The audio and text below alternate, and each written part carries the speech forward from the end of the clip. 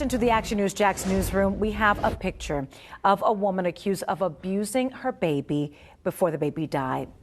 Tania McGowan is now facing felony charges for child neglect and child abuse after her 5-month-old baby died.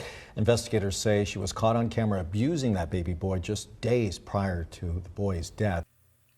Welcome back to another video with the Unspecialist. This time around, we'll be talking about Tania McGowan, who, as you just heard, is facing felony charges for child neglect and child abuse. This story went viral and it's been out for a while now, but you know, here at this channel, we do things a little differently. So even though we're covering the story, the theme for today's video is why some people definitely don't deserve to be parents. And if you aren't familiar with today's case, let's bring you up to speed.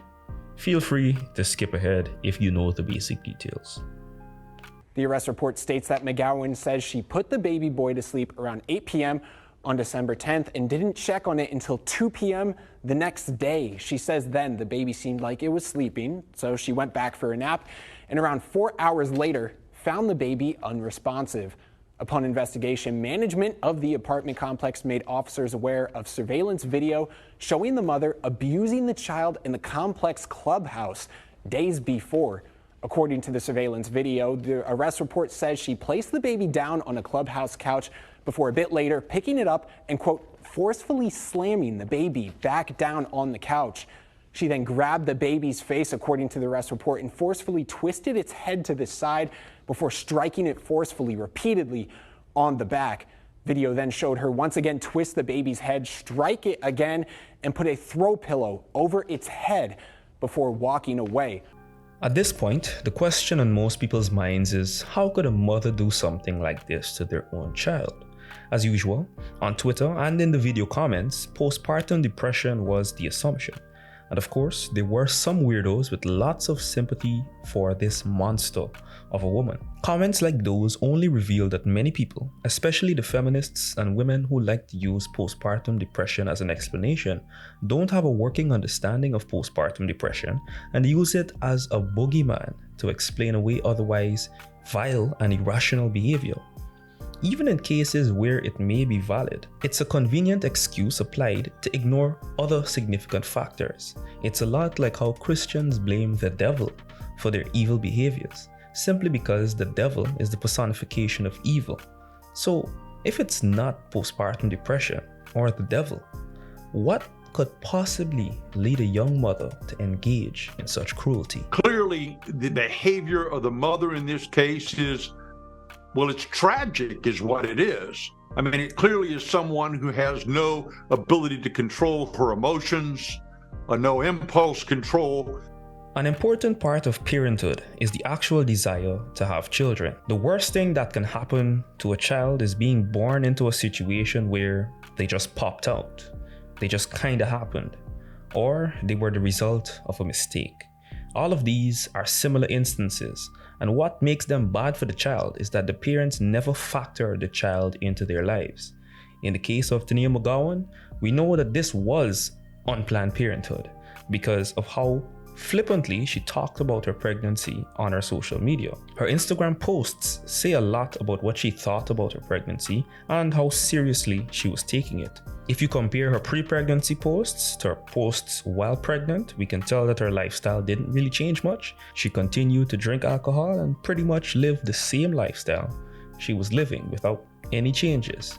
And I think it's safe to say that that lifestyle, especially the consumption of alcohol and possibly of the drugs, would put the child's well-being at risk even before it was born. This leads to my second factor, which is a lack of sacrifice.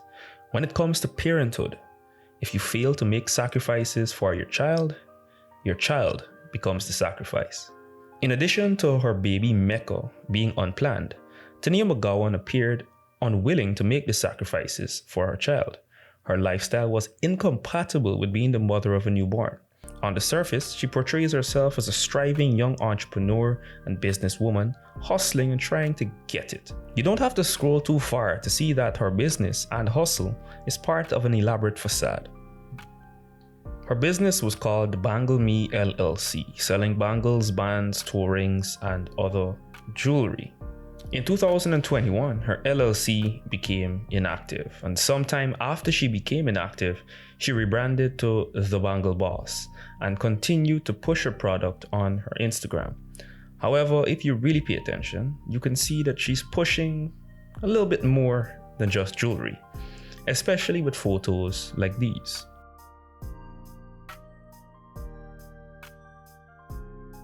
A little bit of digging would reveal that she is an OnlyFans creator with a $10.50 per month OnlyFans, selling everything from softcore and hardcore pictures, sex videos, and of course, feet pics.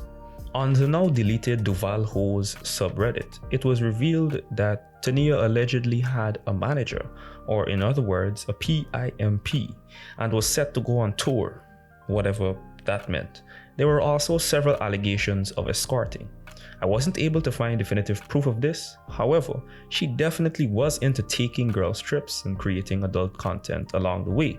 In fact, on her OnlyFans page, there were several posts directly and indirectly soliciting sponsors, sugar daddies, and if you were to follow this train to the logical station, quite possibly PIMPs. According to the arrest papers, McGowan also told investigators the baby had never been taken to the doctors after his birth, something Carson says is typical and usually intentional in the case of an abused or neglected child. If a child had been in medical care, clearly they would have foreseen what the prognosis might have been if the child wasn't properly cared for, and they are obligated under the law to contact law enforcement and to disclose these issues. In essence, before it was born, her child had a place that was worse than a passenger, and it showed. The baby had not seen a doctor in any of the 7 months after birth. The child was emaciated and starving. Surely, a golden hustler making money from her business and other activities could afford to feed her child or have someone take care of the baby while running the streets. Why would she torture her own child like this? I mean, she said it herself, and you can clearly see she was eating good. So why didn't she do the same for her baby? And I'm gonna say this one time only. My baby passed in his sleep. It's undetermined what happened. We'll know the autopsy tomorrow. And do I really strike y'all as the person that would kill my baby? Like, my baby daddy is really... My baby daddy is on Instagram. I'm trying to say I off my son, y'all. Enter the baby's father. The richest aspiring rapper is the father of little baby Mecca. According to posts on his Instagram, Tania was suicidal and dealing with depression among other mental health issues. This image is a far cry from the jet-setting, high-life living sex bunny that we see on her social media. However, this certainly appears to be closer to the truth, as only a mentally disturbed person could starve a baby and then mercilessly beat him. According to the baby's father, she was upset at him for moving away to Texas and was taking out her anger on the baby. He also said that he used to FaceTime them every day and spoke at length about the aspirations he had for the child. At first glance, it looks like Tania is an evil monster that would torture and ultimately end the life of her own child. Understandably, most of the anger is directed at this woman, who is directly responsible. However, we need to pay attention to the father's negligence. He chose to sleep and procreate with this dark-spirited woman. Just like her, his parenthood was unplanned. He also failed to make the most important sacrifices for his child. He moved away to Texas, leaving the baby with a woman he knew was mentally unstable. And there's no way he could be FaceTiming the baby every day, like he claimed, and not notice that the baby was wasting away. In fact, in my opinion, Mecca looked healthier after birth than he did at the time of his untimely demise. I won't even comment on the father's fitness to be a parent. You can be the judge, and let me hear your thoughts in the comments. At this point, it's clear that men and women have to choose better, and even more importantly, If you bring a child into the world, the well-being of that child has to be your number one priority. In the case of Tania, we see that every woman that claims to be spiritual does not necessarily have any sense of spirituality or righteousness. And the word mother may be used a bit too loosely. We need to recognize that women have the capability to be monsters, just like the men so many seem to hate daily. This is the Unspecialist signing off saying, if you fail to make sacrifices for your child becomes the sacrifice. Peace. Carson says in a case like this, with the alleged combination of neglect and abuse ending in the death of a child, that typically carries up to 30 years in prison. Carson also noted the fact that the abuse was memorialized, as he called it, or caught on video. A court would be more likely to go for the maximum sentence if there is a conviction. But he says cases like this don't typically go to trial. Instead, they typically end in plea deal agreements.